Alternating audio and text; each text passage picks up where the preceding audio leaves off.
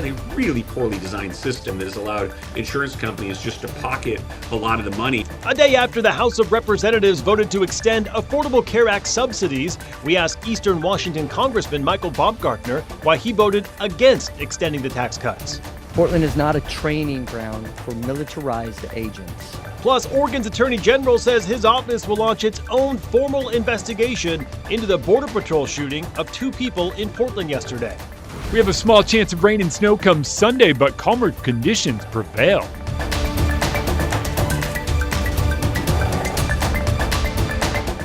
Good evening and thank you for joining us for KREM 2 News at 5 tonight. I'm Mark Hanrahan. A husband and wife faced a Spokane County judge this afternoon after stealing more than $100,000 from an elderly woman. This is a story that KREM 2 has been following for several years now. KREM 2's Connor McAvoy was in court today and joins us with the details. Connor? Yeah, well, Mark and Tyree Strahl are facing up to 60 days in jail for stealing money from 87-year-old Pat Hawley. This afternoon, the couple pled guilty to theft from a vulnerable adult in the 2nd degree.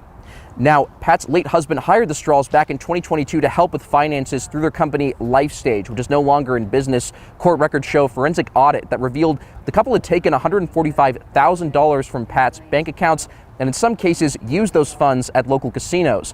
Pat's former ombudsman or state certified senior advocate Bonnie Gao has helped Pat try to get her money back and make sure others in the elderly community don't go through what she did. She told me she was disappointed that several criminal charges were dropped and hopes this doesn't lead to future fraud cases with the Strahls again. I hope that they can never work with the elderly again for the rest of their lives. They don't deserve to. They will take advantage of people if they do again. And I want Pat to get her $145,000 back. Now, Gao says a civil trial to try to get the money back is scheduled for April 18th. In Spokane, Connor McAvoy, KREM 2 News. All right, Connor, thank you very much. Authorities in Oregon are investigating a shooting that involved federal agents in Portland yesterday. Police say Border Patrol officers shot and injured a husband and wife during a targeted vehicle stop. Both victims were hospitalized. Their conditions unclear tonight. Gwen Baumgartner reports from Portland. Homeland Security officials have released the identities of the 2 people shot and injured by Border Patrol agents during a targeted vehicle stop in Portland. It looks like caller saying that he was shot twice by ICE and his wife was shot as well. In a statement on X Friday morning, DHS officials identified the driver as Luis David Nico Moncada and the passenger as Yorlenes Besabeth Zambrano Contreras. They say both were, quote, criminal illegal aliens and suspected associates of the Venezuelan Tren de Aragua gang, adding the couple, quote, weaponized their vehicle against Border Patrol. The agent took immediate action to defend himself and others, shooting them. We know what the federal government says happened here. There was a time when we could take them at their word. That time is long past. According to DHS, the pair then fled the scene. The victims called 911 and were found more than 2 miles from where the incident happened and were taken to the hospital. While local leaders here in Portland are calling for calm, they're also demanding that ICE halt all of its operations in the city until the investigation is complete. Portland is not a training ground for militarized agents. We do not need you. You're not welcome.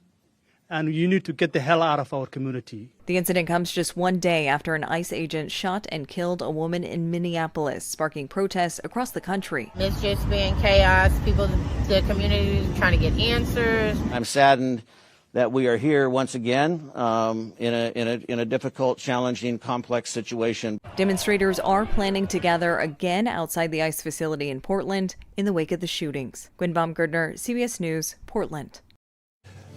Right now, the families in the Moscow murders are suing Washington State University. They claim the school knew about Brian Kohberger's predatory behavior and failed to act. The families of Ethan Japin, Xana Kernodle, Madison Mogan, and Kaylee Gonzalez claim that Kohberger, a former WSU student and employee, had a known history of threatening and stalking and predatory behavior. New details in the suit reveal some female students had to get security escorts because they feared Kohberger. The lawsuit claims WSU employees discussed intervening, with one telling a coworker to email her 911 if she needed help. The families are asking for a jury trial for an undetermined amount of monetary damages. Kootenai County Sheriff Bob Norris is reinstating the special deputy status of 2 Coeur d'Alene police officers, but has yet to restore the status of Rathdrum's police chief. That's according to public records obtained by our news partners over at the Coeur d'Alene Press. Sheriff Norris originally revoked those privileges back in early December, and city leaders allege that move was an act of retaliation. The impacted law enforcement officers had suggested that Norris played a role in the incident last February at a town hall in Coeur d'Alene at the high school. New tonight, Kootenai County commissioners approved renovations to add an autopsy lab to the coroner's office. That's according to our news partners at the Coeur d'Alene Press. It's been in the works since 2023, but has a new sense of urgency after Kootenai County's contract with the Spokane County Medical Examiner's Office was terminated last week. Like most counties in Idaho, Kootenai County has no medical examiner on staff and no autopsy facilities. For years, they would send their cases to Spokane County. Commissioners unanimously approved a new $1.7 million project on Tuesday. Investigators still working to figure out what caused an explosion at a 9 Mile Falls restaurant this afternoon. That's according to first responders. The explosion caused a fire just before 11 this morning. Crews say the restaurant was undergoing renovations when workers heard popping and quickly got out before the explosion. No one was hurt, and we are still waiting to hear what caused that explosion tonight. All right, after a bit of a hectic week of weather throughout the week, things have seemed to calm down. Let's get outside on this Friday evening to Chief Meteorologist Jeremy Legoo for what's in store for the weekend. Jeremy? Mark, it's a calmer weekend despite a couple of showers moving through the region. We still sit above freezing here in Spokane, and temperatures will likely drop. We don't have much going on in the skies overhead, and that gives us that nice opportunity to cool off.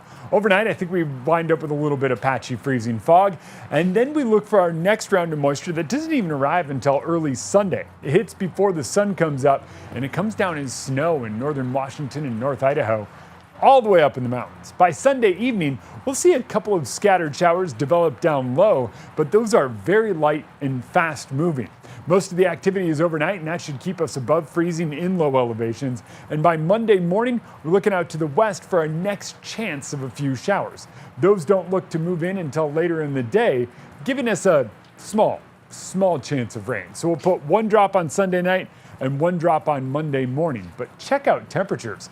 39 tomorrow. We'll drop back down below freezing Sunday morning, and then we climb back up into the 40s Sunday afternoon and stay mild even overnight next week.